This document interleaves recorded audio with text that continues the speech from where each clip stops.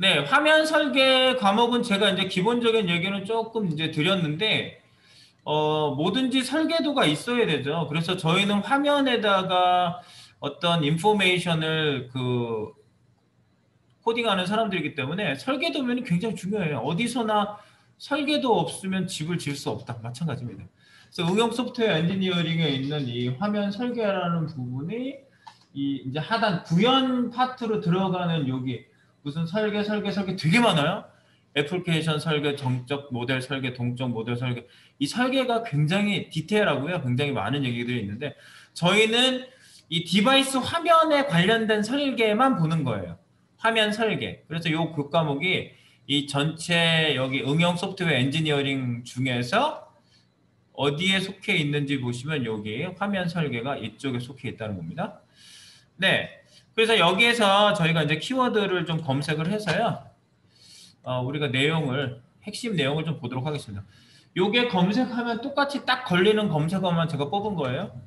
여기 대괄호 안에 있는 글씨만 복사하셔서 기본 틀을 만드는 것이라고 컨트롤 F. 여기 이 PDF 파일이 브라우저에서 열리게 하세요. 여기 네, 크롬 브라우저에다 드래그 앤 드롭 하셔도 돼요. 그러면 탁 열려요. 요즘은 기본으로 열립니다. PDF는요. 그래서 컨트롤 F 찾기, 붙여넣기. 네, 기본 틀을 만드는 것. 이게 무슨 얘기인가요? 기본 틀을 만드는 것. 기본 틀을 만드는 것. 소프트웨어 아키텍처라는 말을 하는 거예요. 소프트웨어 아키텍처. 이 영어로 설계라는 말을 한 거잖아요. 소프트웨어 설계. 그죠? 부드러운 웨어, 하드웨어, 소프트웨어 두 가지가 있죠. 네, 소프트웨어 아키텍처란 게 뭐냐라는 정의를 여러분들이 알고 계시면 되는 거예요. 그래서 소프트웨어 아키텍처는 개발하고자 하는 소프트웨어의 사전 작업을 통하여 사전 작업, 미리 구현하기 전에 하는 작업이죠. 소프트웨어 개발을 쉽게 하도록 쉽게 하려고 하는 거야. 어렵게 하려는 게 아니라 그냥 막 와서 목수가 와가지고 대충 여기 기둥 한 3개 세울까? 그러고 지붕 이렇게 만들어 볼까? 이렇게 손으로 막 하고 그다음에 만들어 대충 잘라가지고 20m? 20m? 이렇게 가지고 만든다 봅시다. 예, 나중에 막 틀어져 있고 장난 아니겠죠. 예. 그러니까 어렵게 만드는 거지 그게. 설계 없이 만드는 건 어렵게 만드는 거예요. 그러니까 쉽게 만드는 건 2번 작업하지 않고 딱 떨어지게 만드는 거죠. 자, 됐습니까? 설계도부터 보시고. 오케이? 그럼 그것대로 만드는 거죠. 그래서 기본 틀을 만드는 거예요. 쉽게 하도록 기본 틀을 만드는 거. 복잡한 개발을 체계적으로 접근하기 위한 밑그림. 밑그림. 기본 틀. 밑그림. 이런 게 키워드예요. 네. 그래서 뭐 학술적인 정의도 얘기하고 있고 뭐 권도영 씨가 유명한 사람인가 보죠. 네. 소프트웨어 구성한 컴포넌트들이 상호작용 및 학술적인 정의네요. 확실히. 잘 들어오지도 않는 그죠? 컴포넌트 나 옛날에 오디오 사가지고 컴포넌트 여러 개 갖다 껴가지고 붙여놓은 걸 컴포넌트라고 그랬는데 컴포넌트 오디오 시스템 120만 원. 옛날에 110만 원이면 되게 비싼 거예요. 네, 그런 거. 네. 상호작용 및 관계, 각각의 특성을 기반으로 컴포넌트들의 상호 유기적으로 결합하는 소프트웨어 진화를 위한 여러 가지 원칙들을 짚어. 네, 고생하셨네요. 이건 그냥 지나가세요. 요거 밑그림. 소프트웨어 아키텍처라는 게 그거예요. 밑그림. 복잡한 개발을 체계적으로 접근하기 위한 밑그림, 기본 틀. 네. 그러니까 여러분들이 소프트웨어 아키텍처라는 게 뭔지에 대한 이렇게 영어로 얘기하시는 설명이 왜 나오죠? 소프트웨어 설계라는 말보다 아키텍처라는 말을 많이 쓰기 때문에 그래요. 네, 뭐 이게 소프트웨어가 워낙 영어 문화권에서 먼저 시작이 돼서 발달했기 때문에 그렇다 이해하시고요. 자, 그다음 검색해 볼까요? UI의 3가지 분야. 이게 뭐야? UI의 3가지 분야라고 딱 검색을 해보시면. 네, UI를 갖다가 유저 인터페이스를 저희가 이제 만드는 거잖아요. 그래서 UI의 흐름을 잘 이해를 하고 상세 내용 파악하고 가이드라인 비교하고 활용에 대해서 이제 알아본다는 내용 중에서 상세하게 그 UI에 대해서 상세하게 기술하는 건데요. UI의 3가지 분야를 얘기를 하고 있어요. UI라고 그러면 여러분들 어떤 분야가 있을까요? 라는 질문을 하는 거예요. 이게 딱 문제로 나올 만한 거 아니겠어? 딱 보시면. 그죠? UI의 세 가지 분야. 1, 2, 3. 여기 1, 2, 3 나와 있어요. 1번 정보 제공과 기능 전달을 위한 물리적 제어 분야. 2번 콘텐츠의 상세적 표현과 전체적 구성에 관한 분야. 3번 사용자의 편의성에 맞춰 쉽고 간편하게 사용 가능하게 하는 기능적 분야. 그러니까 물리적 제어 그리고 구성에 관한 전체 구성에 관한 분야. 그 다음에 기능적 분야. 이렇게 세 가지가 있다는 얘기네. 실제로 우리가 이런 걸 전부 다 사용한다고 볼 수 있겠죠? UI의 세 가지 분야는 이 세 가지를 저희가 전부 다 쓴다고 볼 수가 있겠어요. 그러니까 여러분들이 요거를 조금 숙지하시면 되겠어요. 이런 분야인데 말도 안 되는 분야를 하나 예에 나와 있겠지. 네. 뭐 손가락을 옆으로 꺾어서 옆 사람을 찌를 수 있게 하는 분야. 이러면 그게 답이 아닌 거지. 그렇게 나오진 않겠죠. 네. 네, 그래서 이런 거, UI의 세 가지 분야에 대해서. 그 다음에 이제 바로 밑에 나와 있어요. UI 설계 원칙. UI 설계를 할 때는 어떤 원칙으로 해야 되겠느냐라는 건데요. 그러니까 여러분들이 그냥 이런 느낌에 대한 참고만 하시면 돼요. UI 설계를 할 때 뭘 해야 되지? 직관성. 누구나 쉽게 이해하고 사용할 수 있어야 된다. 당연하겠지. 직관성이 그거예요. 딱 보자마자 아는 거. 직관력이 좋다고 그러면 뭐죠? 그 사람은 딱 꿰뚫어 본다고 그러잖아요. 그건 저건데 막 복잡한 얘기가 있는데 그거 이거 아니야? 딱 얘기하면 저 사람 직관력 정말 쩐다 쩔어 뭐 이러잖아요. 직관력이 좋은 거예요. 딱 경험치가 많이 있는 사람들은요. 막 복잡한 얘기를 하면 이렇게 가만히 이렇게 눈을 개심치레하게 뜨고 있다가 그거는 이것만 알면 될 것 같아요. 탁 핵심 딱 찔러요. 그러니까 코딩하는 사람들이 그런 경향이 많아요. 내가 경험해 볼 때. 코딩은 많이 짜잖아요. 근데 거기에는 핵심적인 뼈대가 이렇게 하나 들어가 있어요. 그 뼈대만 알면 되거든. 이거는 다 살이야. 이렇게 해도 되고 저렇게 해도 되는 거야. 요거 뼈대만 잘 알면 돼요. 그러니까 직관성이라는 거 굉장히 UI 설계할 때도요. 중요하게 작용되는 어떤 원칙이라고 볼 수 있습니다. 누구나 쉽게 이해하고 사용할 수 있어야 된다. 탁 보면 안 돼. 누구나 이거 뛰어나서 아는 게 아니라 보면 그냥 알 수 있게. 아이폰이 뭐 아이들도 쓸 수 있어서 아이폰이라면 아빠 메일을 벌써 막 열어서 보내고 그다음에 4살짜리가 게임을 막 자기가 열어서 하고 있어. 그래서 아빠가 딱 보니까 누구한테 입금이 됐대. 입금 어떻게 했어? 나한테 보낸 거야? 4만 달러가 왔는데 아들이 보냈어. 4살짜리가. 네. 아니 4살은 아니었던 것 같아. 그때 뉴스에 나왔던 거. 좀 나이는 좀 있는데 애들이 보냈대. 직관성 보면 바로 알아. 유효성은 뭐예요? 나 100% 서울 여기 거기에 나오죠. 그 유효기간, 유효성, 사용자의 목적을 정확하게 달성해야 한다. 이 유효성이라는 건 그거예요. 우유를 먹을 수 있는 그 시간대가 기간이 있는 것처럼 그 사용자의 목적이 달성돼야 된다. 이거 뭘 하려고 들어온 사이트인데 그 목적이 달성이 안 되면 안 돼. 나 딱 들어왔어. 짜장면 시켜 먹고 싶어 우리 동네에서. 근데 와 짜장면 메뉴 찾기 너무 힘들고 막 짜장면 메뉴 누르는데 막 결제하는 거 너무 힘들어. 하다가 결국 닫아버렸어요 어플을. 그냥 동네 나가서 앞집에 가서 그냥 짱깨집 가서 먹어야지. 딱 이렇게 해서 먹었어. 실패한 거죠? 네, 망한 거예요. 유효성이 안 좋은 거예요 그런 사이트. 그 다음에 학습성. 누구나 쉽게 배우고 익힐 수 있어요. 조금만 가르쳐주면 이거 이렇게 하고 이렇게 하시면 돼요. 하고 바로 쓸 수 있어야 되는데 이렇게 하시면 이렇게 돼요. 이거요? 안 되는 것 같은데 이거 뭐예요? 다시 물어봐. 한 30분 동안 물어봐야 돼. 네, 그거는 학습성의 파인 거예요. 학습성 좋아야 돼요. UI 설계를 할 때 그걸 기준을 두고 하셔야 된다는 거예요. 요거 네 가지. 유연성. 뭐가 유연하지? 팔을 뒤로 이렇게 올릴 수 있고 꺾어가지고 반대로 입을 만질 수 있어. 나 안 되나? 돼요, 여러분? 돼요? 네. 유연성이 좋아야 된다 그러지? 허리를 꺾어서 발이 앞에 오는 사람도 있더라고요. 보셨어요? 유튜브에 나오죠? 네, 엉덩이가 옆에 와 있어요. 깜짝 놀래요. 사용자의 요구사항을 최대한 수용하며 진짜 미치겠어. 이 얘기만 들으면 막 땀이 나요. 사용자 요구사항을 최대한 수용해야 돼. 뭘 해드릴까요? 네, 돈 내시는 분이니까 뭐 다 얘기하세요. 다 얘기해. 막 이만큼 얘기했어. 네, 거의 다 들어드릴게요 하다가 추려야지. 그래서 오류를 최소화해야 된다. 그러니까 그 사람 요구사항을 적절하게 이렇게 쫙 교통정리를 해줘야지. 그래서 이렇게 직관성, 유효성, 학습성, 유연성에 대한 원칙을 알고 계시면 되겠습니다.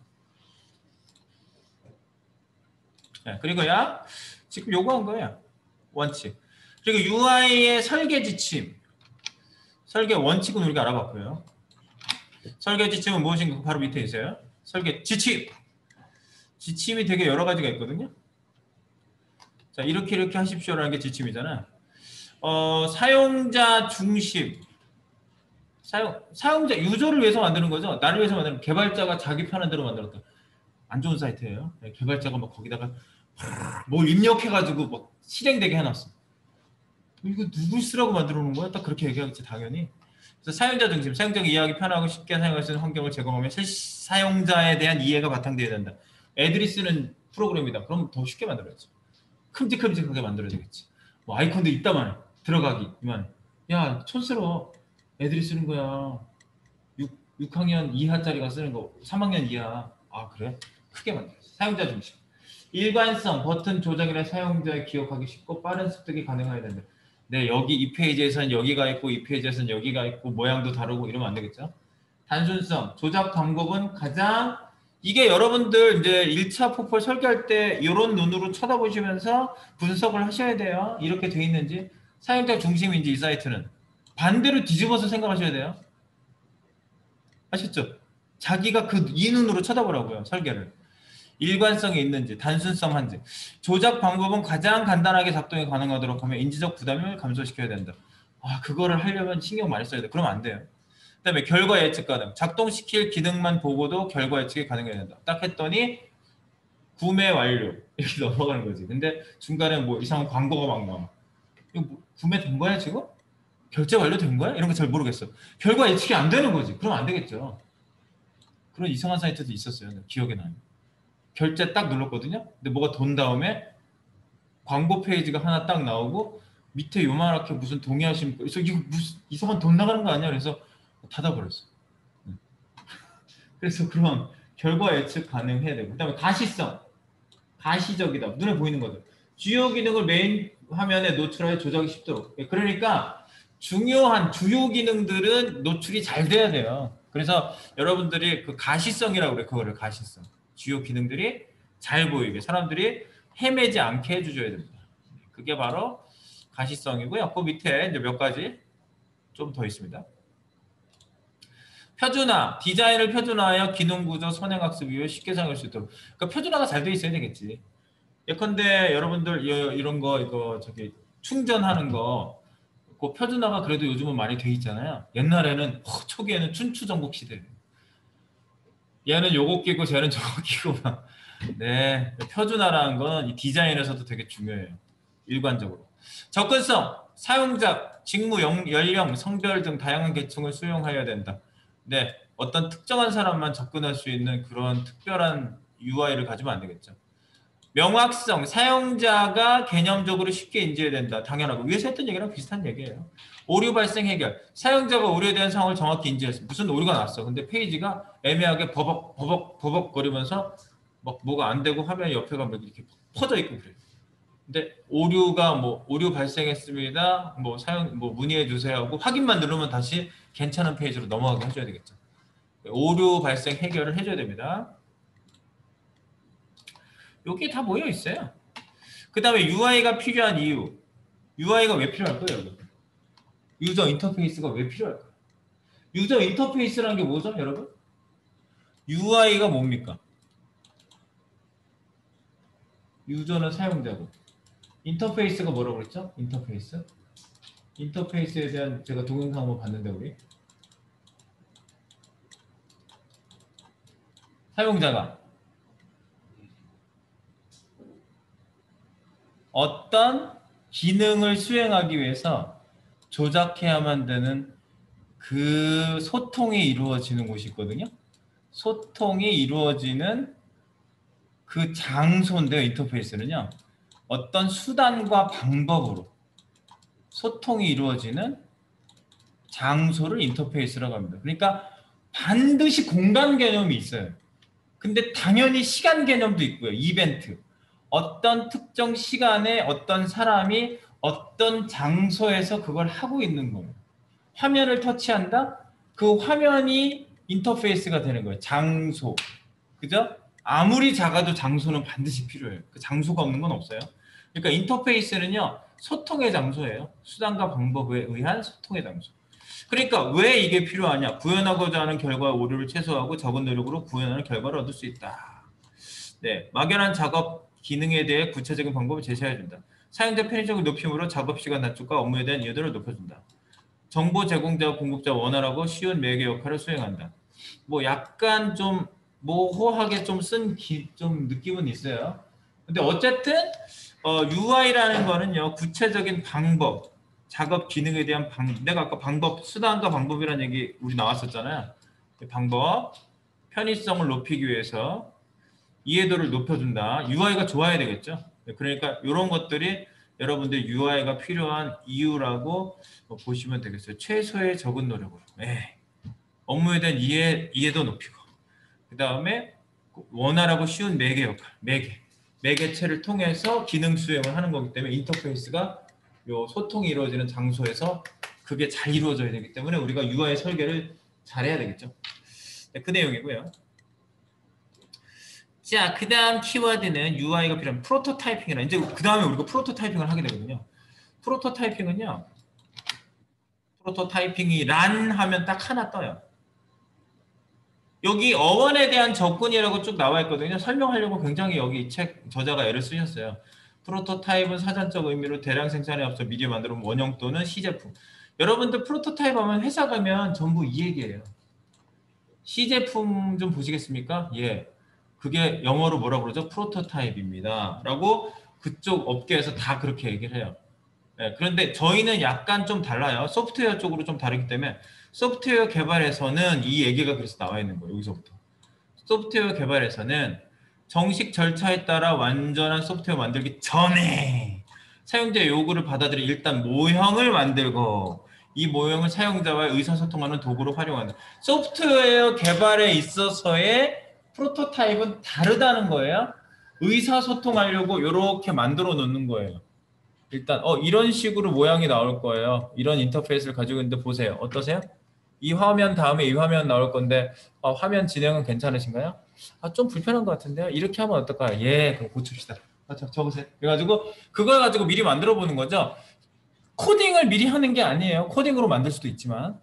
그리고 원초적인 의미는 뭐 프로토타이포스 중간음으로 뭐 이런 거는 지금 원어는 얘기를 한 거고요. 프로토타이핑이란 그래서 프로토타입은 그렇다는 얘기고 프로토타이핑은 뭐예요? 핑, ing 그걸 하는 거죠. 프로토타입을 하는 게 ing죠. 그러니까 추후 구현될 시스템의 골격으로 사전에 시스템의 일부분 또는 시스템의 기초 모형이 될 것을 수행하는 과정. 일부 또는 기초 모형을 될 것을 수행하는 거죠. 그걸 만들려고 하는 중간 과정이란 얘기예요. 아시겠죠?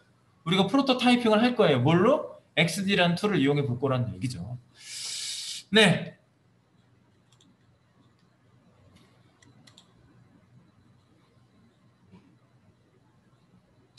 네, 뭐 질문 주셨는데?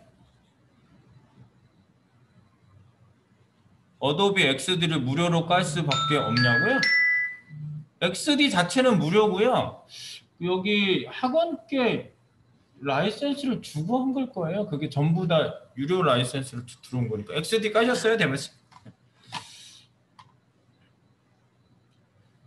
네, 저희가 이제 프로토타입이라는 거를 이제 그 XD라는 뭐 툴을 사용하든 그런 걸 이제 이용해가지고 프로토타입을 만들 거라 했는데, 이 프로토타입이라는 말 자체 어원이 그런 얘기도 해주고 있어요. 교수님 감사합니다. 프로토타입을 몰랐는데요. 프로토타입 포스에서 나왔고요. 예, 여기 최초의라는 뜻이 있고 프로토스와 인상이라는 뜻의 타이포스, 프로토스, 타이포스 합쳐서 프로토타이포스. 요즘 말로 프로토타입이 됐대요.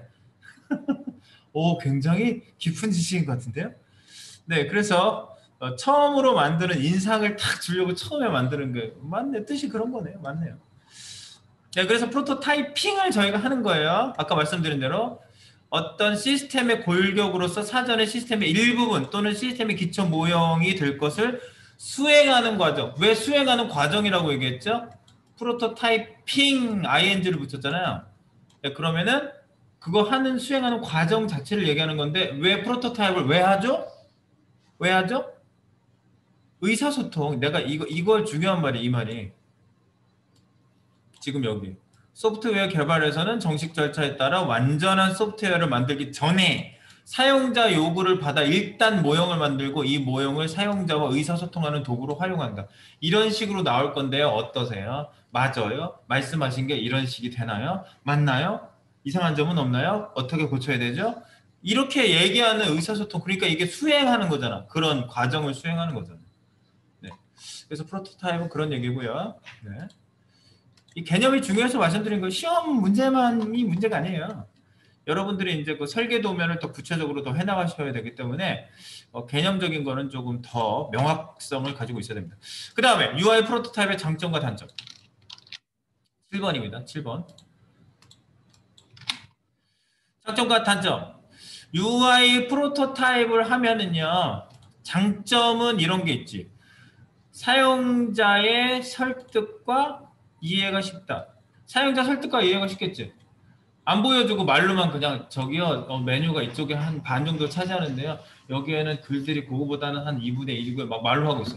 하나도 모르겠어요. 이러겠지 사용자가. 여기 보세요. 이렇게 돼 있습니다. 그래서 이렇게 하면 굉장히 편리했을 거예요.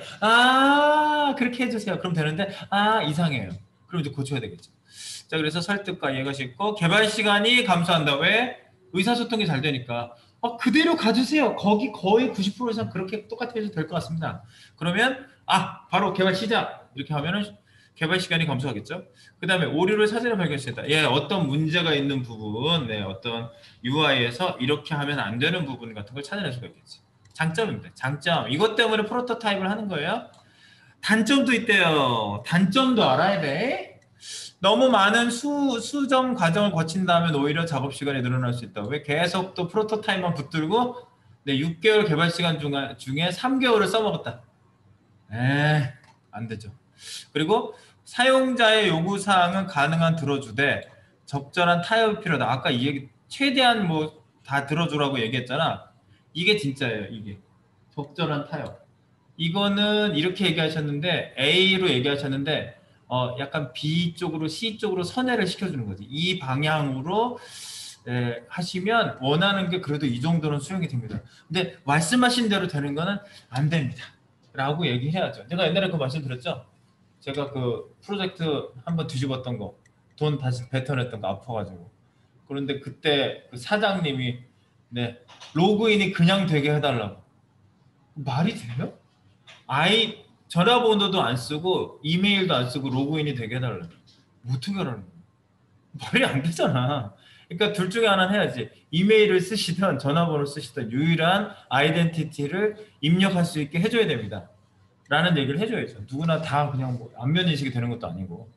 그래서 그런 거 타협. 그 다음에 자원 효율성 관점에서 보면 필요 이상으로 자원을 많이 소모한다. 여기에 이제 뭐 만드느라고 프로토타이핑을 만드느라고 너무 프로토타입을 너무 정성 들여서 만들 필요는 없는 거예요. 그 다음에 정확한 문서 작업이 생략될 수 있다. 이것도 단점이 될 수 있어요. 왜냐하면 프로토타입을 막 하다 보니까 문서로 뭔가 세세하게 이렇게 그 설계 과정에 필요한 애들이 딱 문서로 만들어져야 되는데 프로토타입에 그냥 다 올인을 했어. 그래서 나중에 만들 때는 프로토타입이랑 똑같이 만들어. 끝. 문서 작업 안 해요. 그런 경우가 되게 많이 있어요. 그래서 단점으로 볼 수 있습니다. 그런 거. 장점과 단점 잘 체크 한번 해주시고요. 그리고 프로토타입의 작성 도구 및 방법. 요거는 바로 밑에 있지. 바로 밑에 있어요. 바로 밑에. 자, 프로토타입의 바로 제작 방법 부분 요거를 알아두시면 돼요. 요거. 자, 화이트보드, 펜, 종이, 포스트잇. 손으로 직접 작성. 아날로그입니다, 이게. 근데 우리 아날로그는 뭐 혼자 그냥 해볼 수 있는 거고요. 디지털, 요거예요, 요거. 우리는 디지털에서 어떤 걸 쓸 수 있냐. 뭐 저는 파워포인트를 시작해서 파워포인트로 끝나시는 분도 봤어요. 파워포인트를 쓰시는 분도 있습니다. 아크로벳 리더, PDF 파일, 아크로벳. 비지오, 이게 옛날 툴이야 정말. 비지오 언제 쪽에 20년 전에 들었던 것 같은데 비지오란 말은. 그 다음에 인비전, 마브, 마블도 있죠. 어도비 XD 여기 나와 있잖아요. 어도비 XD는 비교적 최근에 등장한 툴이에요. 네, 이거보다 이제 다른 툴들이 더 많이 활약들을 했었어요. 핀터, 프린서플, 키노트, UX 핀. 여기 끝에 뭐 있어요? HTML은 왜 써놨을까요? 네, 프로토타입을 코딩으로 하는 경우도 있어요. 그러면 대충 코딩하는 거예요. 이미지 잘라서 갖다 붙여놓고 나오게 하고 대충 클릭하면 이렇게 대충 뜨게 하고 이렇게 대충 큼직큼직하게 만드는 거예요. 기능을 세세하게 구현하는 게 아니고. 네, 그렇게 해서 만드는 방법이 있는데 그렇게 할 바에야 코드 한 줄 안 들어가는 XD로 만드시는 게 훨씬 좋습니다. 네. 오케이. 그래서 툴을 사용하여 작성하는 거. 그러니까 어떤 툴들이 있는지 요거를 좀 눈여겨보세요. 다음 중 프로토타입 작성 도구가 아닌 것은 엑셀.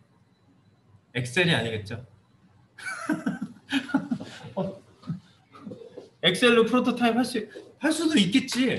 근데 프로토타입 툴이라고 볼 수는 없어요, 그거를. 네. 좀 애매할 수도 있겠구나. 네. 문제 잘 내야 되겠네. 네. 문제 그렇게 나온다는 얘기는 아니에요. 그 얘기를 한 거지 그냥. 그리고 스토리보드 작성 기법. 여러분들 스토리보드 하는데 뭐냐면 이야기가 전개되는 것처럼 웹사이트도 어디서 출발해서 어디로 간다 이게 쭉 이어져 있는 거 스토리보드라고 그래요. 그래서 스토리보드는 이렇게 작성 기법이 이렇게 스토리보드는 디자이너와 개발자가 최종적으로 참고하는 산출 문서입니다. 스토리보드. 그래서 정책이나 프로세스 및 콘텐츠 구성, 와이어프레임 기능에 대한 정의, 데이터베이스 연동 등을 구축하는 서비스를 위한 대부분의 정보가 수록되어 있다. 그래서 스토리보드가 되게 중요하게 또 다뤄지기도 해요. 메뉴 구성도 만들고 1단계에서 전체 메뉴 구성도 중요하겠죠.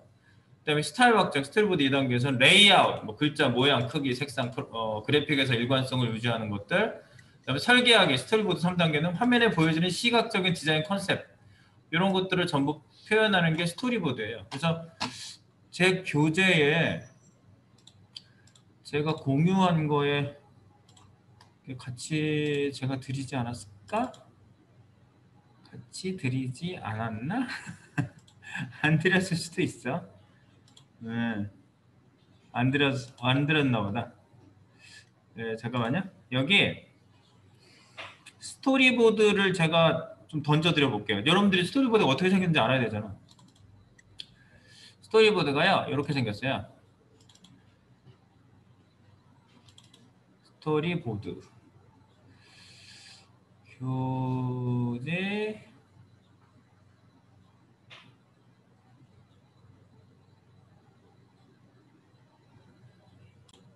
네, 스토리보드 예시를 좀 보여드리면요. 스토리보드 예시 1. 파워포인트로 되어 있네요. 여러분 파워포인트 안 깔려있으면 안 열리겠구나. 어머, 어떡하니? 파워포인트 여기서 열리지. 집에 파워포인트 없으면 못 열리죠? 그냥 보세요 그러면요. 이렇게 되어 있는 거지. 자, 이게 스토리보드예요. 이렇게 스토리보드 한국 공업단지 소개 페이지. 그래서 이 페이지에다가 이렇게 쭉 해서 설명 화면, 이건 무슨 화면이고 화면 설명 옆에 나와 있죠. 그 다음에 각 메뉴를 어쩌고 저쩌고 뭐 이런 설명도 쭉 나왔잖아요. 화면 설명. 그 다음에 여기 내용들 이렇게 쭉 있고, 그 다음에 여기 메뉴 중에서 얘가 어디에 들어와 있는 메뉴인지. 그래서 여기에 번호, 넘버링 해가지고 설명을 보여주고 있죠. 이렇게 무슨 소개 어쩌고 저쩌고 비어 있는데 이제 공통 내용 빼고는 쭉 다 비어 있는 거고요. 이런 형식으로 만드는 거예요. 스토리보드 2번은 양식만 지금 들어가 있고요. 이런 양식에다가 이제 작성들을 할 수 있습니다. 연결 화면부터 해서 메인 페이지의 타이틀이 어떻고 기획이 어떻고 화면 설명을 옆에다 해주는 이런 스타일입니다. 그리고 쇼핑몰 예시 3. 쇼핑몰 예시 3을 보시면 세 번째 거. 네. 여기에 보시면 네, 뭐 카드 인증, 회원 인증에 관련된 내용에 대해서 상세하게. 그래서 여기 메뉴 설명도 쭉 상세하게 해주고 있고요. 전자제품, 리빙, 패션, 컴퓨터, 레포츠에 관련된 건강용품, 생활 서비스까지 메뉴에 대한 서브 메뉴까지 쭉 구분을 쭉 해주고 있고요. 이게 이제 처음에 그 카테고리 분류하는 메뉴를 넣어준다는 얘기예요.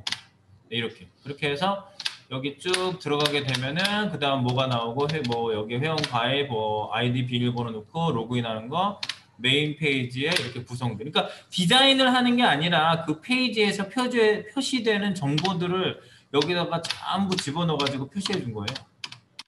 이런 게 스토리보드예요. 스토리보드. 쭉 이어지는 얘기들, 페이지마다 이어지는 얘기들이 쭉 있는 거죠. 네. 어디에서 연결된 내용들인지가 쭉 나옵니다. 네. 대충 보고 있어요. 네. 어떤 식으로 되는지 알겠죠? 이런 걸 스토리보드라고 한다고요. 그 페이지가 전부 다 연결돼서 어떻게 나오는지. 샘플 앱 스토리보드. 네 번째 거. 이것도 볼게요. 네, 이렇게. 처음에 이제 버전 관리도 해주고요. 네, 요게 약간 요 네 번째 게 조금 내용적으로 봤을 때는 우리가 구성할 때 좀 참고가 될 만한 데가 얘일 것 같아요. 왜냐하면 처음에 분류 같은 게 처음에 나오거든요. 네, 이렇게. 전체 사이트 맵 같은 게 처음에 나와요. 그 다음에 흐름 같은 게 로그인이 옆에 이렇게 한 다음에 들어가서 나온다는 얘기죠. 네, 그래가지고 그 다음에 이제 페이지별로 이제 들어가서 아이콘 처음에 들어가서 어쩌고 저쩌고 이게 스토리가 이어지잖아. 아이디 비번 잊으셨나요? 그러면 비밀번호 찾기 나오고 그다음에 회원가입 페이지 나오고 오늘의 리뷰 이제 들어가고 난 다음에 메인 페이지에서 어떻게 페이지가 들어가서 구매하기 누르면 어떻게 이런 부분이 전부 표현이 돼 있는 거예요. 이렇게. 네, 지금 이제 모바일 쪽 그거죠? 네, 스토리보드가 이런 겁니다. 그 페이지에 대한 그리고 맨 끝에는 화면 기획서 예시라고 기획서에도 예, 스토리보드처럼 이렇게 작성을 쭉 해주는 게 있어요. 기획서에서도 약간 스토리보드식으로 진행을 해주는 거죠. 근데 기획서는 좀 틀려요. 기획서는 전체적인 컨셉만 표현하는 경우가 많기 때문에 네, 그래서 이제 일정 계획까지 처음부터 짜가지고 쭉 우리가 이 어떻게 프로세스를 정의하겠다 이런 거를 사실 그려주는 과정이 되게 중요하죠. 네, 옆에 보면은 프로세스 정의라는 부분에 보면은 프로세스를 굉장히 상세하게 정의하고 있다는 걸 알 수가 있습니다. 이렇게 관리자 회원 의견 등록해서 어떻게 들어가면 뭐 하고 연결되고 뭐 내려갔다가 옆으로 연결됐다가 왔다 갔다 되고 뭐 이런 것들을 쭉 만들어 놨어요. 이런 거 이제 기획 단계에서 이제 많이 하는데 스토리보드에 이제 이런 식의 그 흐름을 한 페이지씩 표현한 게 스토리보드라고 보시면 되겠습니다. 한번 보니까 좀 더 아시겠죠? 이런 걸 스토리보드라고 하고 이런 걸 응용해서 페이지 구성도를 만드시는 거였어요. 메뉴 구성도가 처음, 스타일 설계하기까지 이어지는 게 스토리보드 작성법의 1, 2, 3이라고 보시면 되겠습니다. 그게 이제 스토리보드 작성 기법이고요. 모범적인 UI 시나리오 문서 효과. 이제 이게 마지막 체크하실 부분입니다. 네, 모범적인 UI 시나리오 문서 효과. UI 시나리오라는 얘기는 조금 위쪽에 있는데 UI 시나리오는 뭐냐면요. UI 설계를 하는데요. 그 여러분들 시나리오가 뭐죠? 시나리오. 연극 뭐 영화 뭐 시나리오를 바탕으로 해서 네, 그 대본을 외우죠. 네, 시나리오. 그래서 그 시나리오라는 거는요. 스토리가 이어지면서 상세한 구술 내용이 나오는 걸 시나리오라고 보시면 되겠어요. UI 상세 설계, 대충 설계가 아니라 상세 설계에 있어서 시나리오 작성은 반드시 필요한 사항이다. 필수 그 얘기예요. 필수. 그래서 정보통신산업진흥원 부설 소프트웨어 공학센터에서 소프트웨어 개발 UI UX 참조 가이드에 따르면 시나리오 작성의 원칙에 대해서 쭉 얘기를 하고 있어요. 네. UI 전체 기능과 작동 방식을 개발자가 한눈에 쉽게 이해 가능하도록 구체적으로 작성해야 된다. 구체적으로 작성해야 된다. 이게 제일 중요해요. 다른 것도 많이 있겠지만 구체적으로 딱 보면 이거 보고 그냥 만들 수 있어. 예, 그거예요. 네. 그런 걸 얘기한 거고요. 지금 제가 말씀드린 건 이거죠. 모범적인 UI 시나리오 문서의 효과. 그래서 정말 시나리오를 잘 썼어요. 그러면 어떤 효과가 있을까요? 라는 걸 지금 7가지로 얘기해 주고 있는데 여러분들이 요거를 잘 체크하시면 되겠어요. 어떤 효과가 있다고요? 모범적인 UI 시나리오 문서 효과는 이걸 잘 만들어 놨어. 그러면 요구사항 오류가 감소한다. 전달을 잘했으니까 자세하게. 의사소통 오류가 감소한다. 당연하겠죠. 의사소통이 잘 되겠죠. 그거? 거기 문서에 다 나와 있잖아. 예, 저도 봤습니다. 아, 그래요? 그럼 그대로 가는 거죠? 오케이, 가는 거죠. 그 다음에 개발 과정에서의 재작업을 감소하고, 예, 뭔가 잘못 만들거나 혼선이 최소화된다. 그 문서 하나가 잘 시나리오가 써졌기 때문에 그것대로 만들면 되니까 당연한 거예요. 재작업할 필요도 없고 혼선도 없습니다. 불필요한 기능 최소화. 네. 시나리오 작성과 소프트웨어 개발 비용 절감이 돼요. 왜냐하면 작성을 다시 하고 재작업을 한다든가 오류가 생기면 계속 수정해야 되잖아요. 그럴 경우 어떻게 되겠어요? 일정이 딜레이 되겠죠. 일정이 딜레이, 늘어나. 일정이 늘어나. 그러면 어떻게 돼요? 우리는 회사에서 그냥 앉아 있나요? 네. 월급, 연봉, 일당 받고 일하는 사람들인데 그 시간만큼 이 사람들이 그 일을 하고 있어야 되기 때문에 당연히 비용이 증가되겠죠. 네, 비용 증가. 이거 사장님들이 아주 그냥 밤을 새고 고민하는 비용이 비용 절감이거든요. 네, 그래서 시나리오 작성이 비용을 절감시켜줍니다. 이게 되게 중요한 얘기예요. 그리고 개발 속도가 당연히 향상되겠죠. 따다다다닥 가면 되니까 고속도로처럼. 그리고 유관 부서 만족도를 제고한다. 네, 유관 부서. 그러니까 즉 우리 이 시나리오대로 만드는 부서들이 굉장히 만족을 하겠죠. 그거 시스템 어떻게 만들어지는 거예요? 그 문서 시나리오 보시면 됩니다. 시나리오 읽어봤더니 잘 되고 있군요. 네, 그렇게 가면 될 것 같습니다. 저도. 이렇게 해서 유관 부서의 만족도를 제고한다고 볼 수가 있겠어요. 네. 좋다 얘기예요.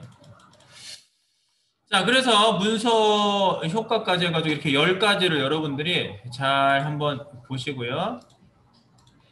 그러면 UI 화면 설계에 대한 핵심이 10가지로 요약이 된 겁니다. 이걸 가지고 제가 월요일날 또 우리가 그 평가를 또 착 한번 하고 저희가 이제 다음 주에는 이런 거를 어떤 컨셉의 바탕으로 두고 1차 포트폴리오 선정 및 설계를 진행해 보도록 할 예정입니다. 네, 이상 키워드 체크였습니다.